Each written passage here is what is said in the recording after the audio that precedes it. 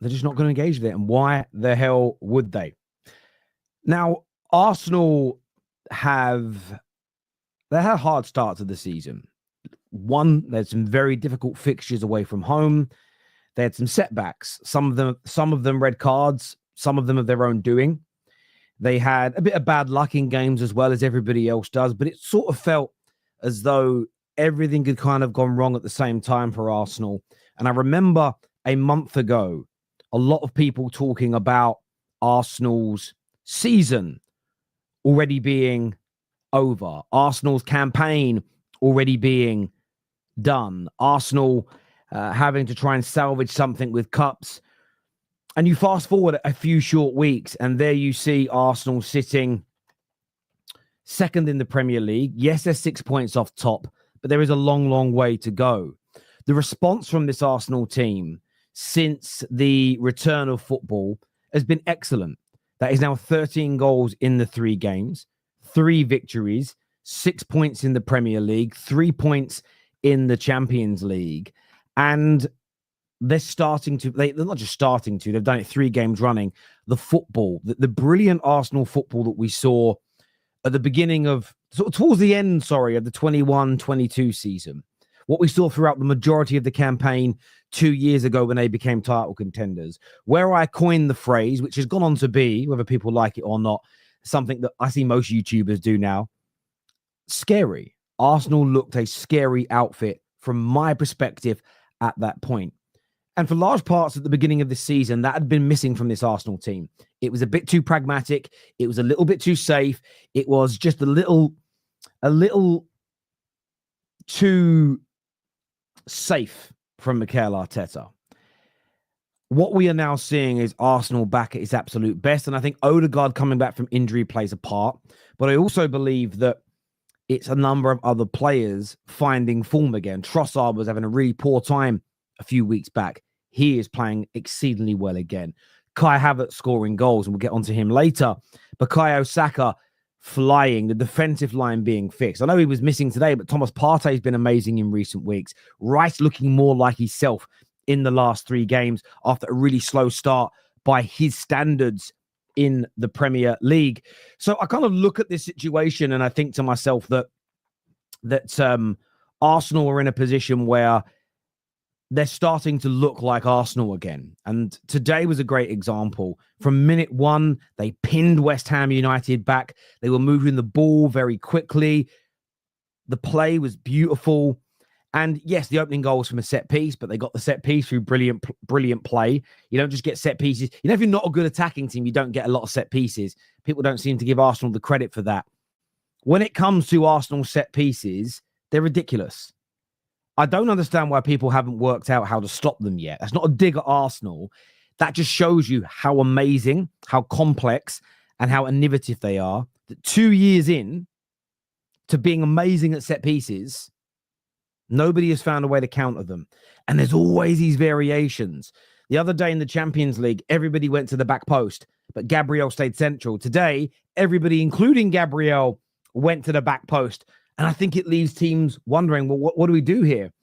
They go 1-0 up Arsenal, and then it was just cruise control. They put the foot on West Ham's neck. The second goal, that looped flick pass from Martin Odegaard through to Bukayo Saka, who squares it. And look, Trossard got on the end of it. It could have been Kai Havertz. Doesn't really matter. That was such a majestic goal. And I think only really doable when Odegaard is on the pitch because of the inventiveness of that pass, but also the ability to execute it. Amazing. Saka, by the way, that was his second assist of the game. Saka's moved on to 10 assists this season. The most he's ever got in the Premier League in one campaign is 11. He's already on 10. He's looking like he's going to break a lot of records there. Then they win a penalty. Brilliant work from Bukayo Saka. And I said it on Twitter, and I'll say it again. On Friday, during Straight Facts, Donald's got to apologize for his doubt around Saka. Now, he'll say, I'm allowed to criticize a player when they're playing badly, but I'm going to call it for what it is. Don doesn't do that. Don uses a bad moment to try and create a narrative about a player's overarching ability and qualities, as opposed to, he's such a brilliant player. Why do you think he's off the boil right now? It's more, do we really think Saka's that good? Because I want to see him do more. And right now, he's not playing very well. The way you phrase these questions, I think he's been brilliant all season, Bukayo Saka. And today was another amazing day for the young man. Wins the penalty. Odegaard puts it away. Then we see that they go 4-0 up. And we're all sitting there thinking, well, there we go. There we go. Game over. Game done. Game finished. And a little bit of craziness happened. Arsenal did go to sleep at 4-0.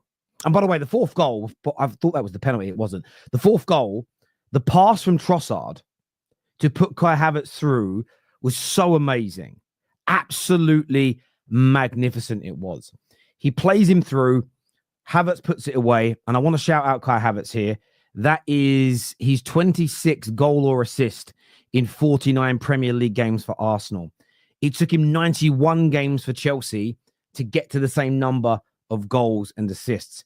So for me, I know you've got to add trophies to this, but so far, considering he didn't even start playing as the centre forward until February last year, it's been a pretty good return on that £60 million investment from Arsenal. And then, as I say, the game took this really weird turn where Arsenal, they went asleep. Let's just call it for what it is. Arsenal went asleep when they went 4-0 up. Really good ball. AWB, of all people, was there. He buries it. AWB buries it. And you just think, okay, consolation goal this early. Then Arsenal concede a free kick. That, by the way, wasn't a free kick. Ridiculous decision by the referee. Rice wins the ball. There's barely a follow-through. Can't understand why it was given. And Emerson hits a screamer. And you're thinking, hang on a minute. What's going on here?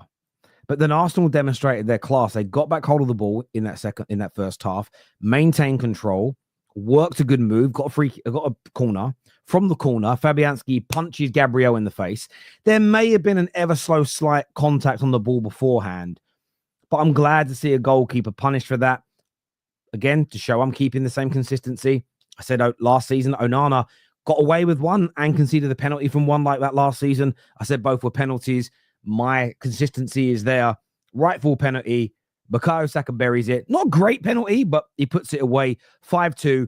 And in the second half, what Arsenal did is they just managed the game out. They didn't try and go for 6, 7, 8 with any real gusto. They reserved a lot of energy. They took Gabriel off. They took Calafiori off, both nursing some little injuries. Odegaard and Saka got a rest. And even West Ham, they didn't try really to equalize. They had some half chances. Ings maybe right at the end should have scored.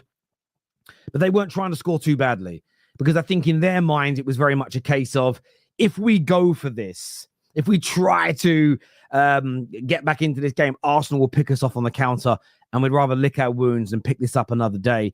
The game kind of petered out. Arsenal take the 3 points. But I will say this, Arsenal are looking scary again. Arsenal were looking unstoppable again. And I know that you'll see the 2 goals conceded. There was a slight lapse in concentration for the first. The second goal, I don't think Arteta worries about that. In the debriefing, I think he'll just say, look, it wasn't a foul. It was a great free kick.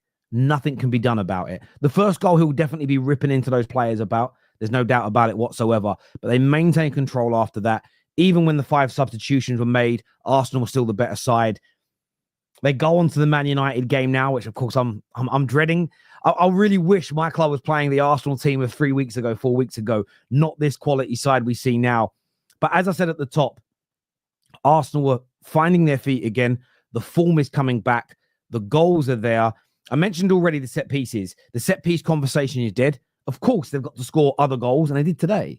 They scored 1 goal from a corner. I mean, they won a penalty from one of them, but they only won penalties today because they were so dangerous in their attack. They scored 2 beautiful goals from open play. And when this Arsenal team plays expansively, as they did at the right times in this game, they're dangerous. But the set pieces are just magnificent.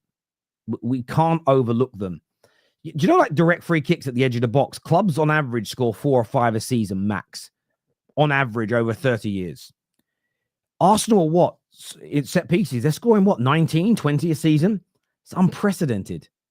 Unprecedented numbers and consistency from them. So when people say, can they rely on them? For now, yes. Until clubs work out how to stop them. And I actually think part of the reason they can't stop them is the deliveries are so good. And they've got 2 or 3 players who are just so hungry for that ball, so powerful when they're running. and very good at heading the ball from close range. And Gabriel is the standout example of that. I think if you have the same set piece coach, players that can't cross as well as Rice and Saka, and a player not as technically gifted with his head as Gabriel, I don't think they score as much. I don't just think it's about working them out. It's about the quality of personnel that are involved with them. But overall, as I say, this was a stellar performance from Arsenal. They go second in the league. They'll be hoping and praying that there's a draw tomorrow, so that maybe not a Man City win, but definitely a draw, so that Liverpool drop some points. But the idea this title race was over was wrong.